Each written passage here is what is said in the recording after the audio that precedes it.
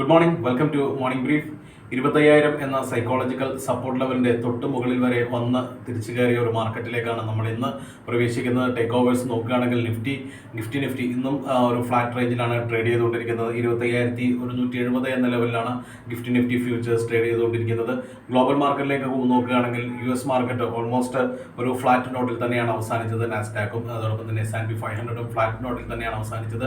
European മാർക്കറ്റിൽ FTSE മാത്രമാണ് 0.5% ഒരു പോസിറ്റീവ് മൂവ്മെന്റ് കാണിച്ചത്. ബാക്കി രണ്ട് ഇൻഡെക്സുകളും കാക്കും ടാക്സും മൈനസ് മോഡിൽ തന്നെയാണ് ഇന്നലെ വ്യാപാരം അവസാനിച്ചത്. ഏഷ്യൻ മാർക്കറ്റ്സിലേക്ക് വരികയാണെങ്കിൽ ഏഷ്യൻ മാർക്കറ്റ്സ് എല്ലാം തന്നെ ഇന്നൊരു ഫ്ലാറ്റ് നോട്ടിൽ തന്നെയാണ് ട്രേഡിംഗ് നടന്നുകൊണ്ടിരിക്കുന്നത്.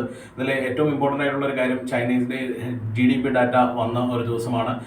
ചൈനയുടെ GDP ഡാറ്റ വളരെ ഇംപ്രൂവ്മെന്റ് ആണ് കാണിക്കുന്നത്. 5.2% എന്ന ലെവലിലേക്ക് എക്സ്പാൻഡ് ചെയ്തതായിട്ടാണ് റിപ്പോർട്ടുകൾ സൂചിപ്പിക്കുന്നത്. അതോടൊപ്പം തന്നെ നമ്മളുടെ ഇന്നലെ core inflation data CPI inflation data വന്നിരുന്നു. അതും വളരെ പോസിറ്റീവായിട്ടുള്ളൊരു ഫിഗർ ആയിരുന്നു.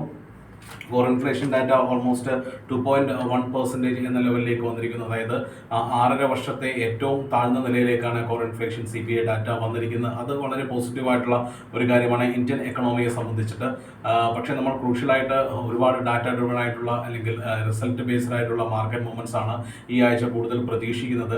ഇന്ത്യ US ട്രേഡ് ടോക്സ് ഇതുവരെ ഒരു കൺഫർമേഷൻ ഒന്നും ആയിട്ടില്ല. എങ്കിൽ കൂടി പുതിയ രാജ്യങ്ങൾക്ക് പുതിയ രീതിയിലുള്ള അൺനാച്ചുറൽ താരിഫുകളെല്ലാം ട്രംപ് ചുമത്തിക്കൊണ്ടിരിക്കുകയാണ്. കഴിഞ്ഞ ദിവസം യൂറോപ്യൻ യൂണിയന് 30%ഓളം ടാക്സ് ചുമത്തി. ഇന്നലെ റഷ്യയുമായിട്ട് സഹകരിക്കുന്ന രാജ്യങ്ങൾക്ക് വളരെ ഭീമമായിട്ടുള്ള ചാർജ് താരിഫുകൾ ചുമത്തും എന്ന ഒരു ഭീഷണിയും ട്രംപിന്റെ ഭാഗത്തുനിന്ന് ഉണ്ടാകുന്നുണ്ട്.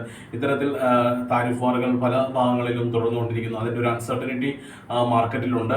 നമ്മുടെ മാർക്കറ്റിലേക്ക് വീണ്ടും വരികയാണെങ്കിൽ റിസൾട്ട് സീസൺ ആണ്. അപ്പോൾ റിസൾട്ട് ബേസ്ഡ് ആയിട്ടുള്ള സ്റ്റോക്ക് സ്പെസിഫിക് ആയിട്ടുള്ള സെക്ടർ സ്പെസിഫിക് ആയിട്ടുള്ള മൂവ്മെന്റുകൾ നമുക്ക് പരിഗണിക്കാവുന്നതാണ്. അതോടൊപ്പം തന്നെ ഇന്ന് പ്രധാനപ്പെട്ട ഈ റിസൾട്ടുകൾ HDFC life, HDB financial services കഴിഞ്ഞ ദിവസം ലിസ്റ്റ് ചെയ്തിട്ടുള്ള കമ്പനിയുടെ ഏറ്റവും പുതിയ റിസൾട്ടാണ് വരാനായിട്ട് പോകുന്നത്.